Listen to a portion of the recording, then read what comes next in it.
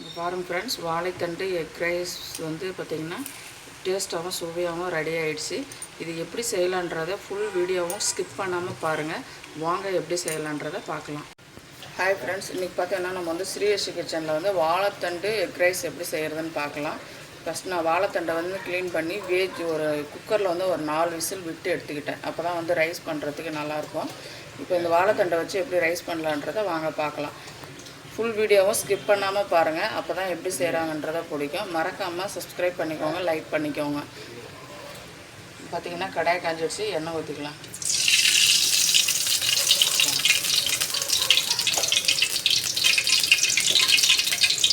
பார்த்திங்கன்னா கொஞ்சம் சோம்பு போட்டுக்கலாம்.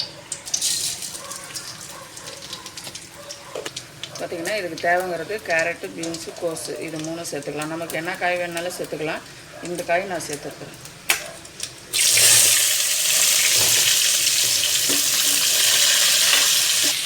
தேவைங்கிற அளவுக்கு உப்பு போட்டுக்கலாம். 3 முட்டை வந்து உடச்சி ஊற்றிக்கலாம். ஏன்னா 3 பேருக்கு ரைஸ் செய்ய போகிறோம். 3 முட்டை போட்டுக்கலாம்.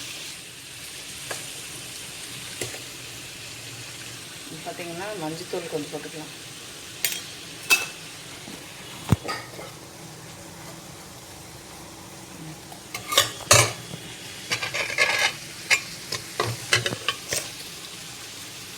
தனியா பொடி 1 டீஸ்பூன்.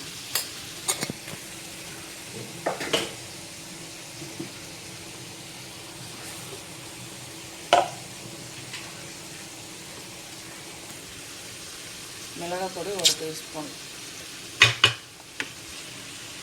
கொஞ்சம் பெருங்காய பொடி போட்டுக்கிறேன்.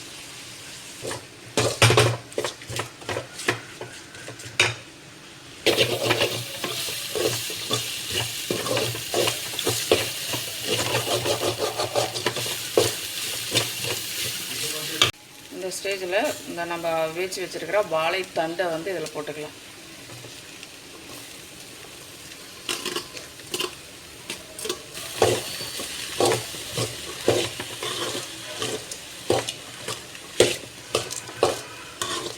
பார்த்திங்கன்னா குழந்தைங்கள்லாம் வந்து பார்த்திங்கன்னா இந்த எக் ரைஸ் செய்கிற மாதிரி வந்து வாழைத்தண்டு போட்டு நம்ம செஞ்சு கொடுத்தோம்னா வாழைத்தண்டு சாப்பிடாத குழந்தைங்களும் சாப்பிடுவாங்க. இந்த மாதிரி நீங்களும் ட்ரை பண்ணி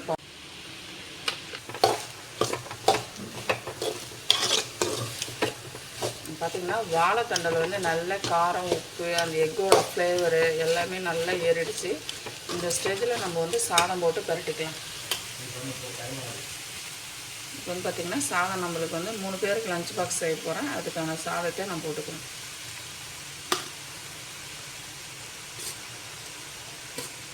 மேலே வந்து கொத்தமல்லி கருவேப்பிலை தூவிக்கலாம்.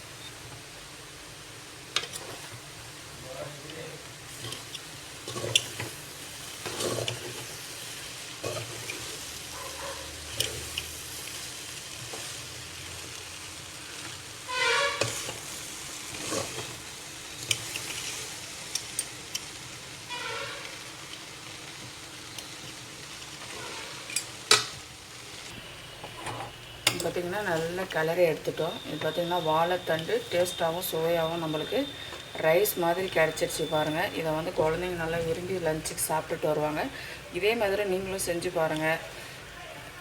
மற்றவங்களுக்கு ஷேர் பண்ணுங்கள், லைக் பண்ணுங்கள், சப்ஸ்கிரைப் பண்ணுங்கள். தேங்க்யூ.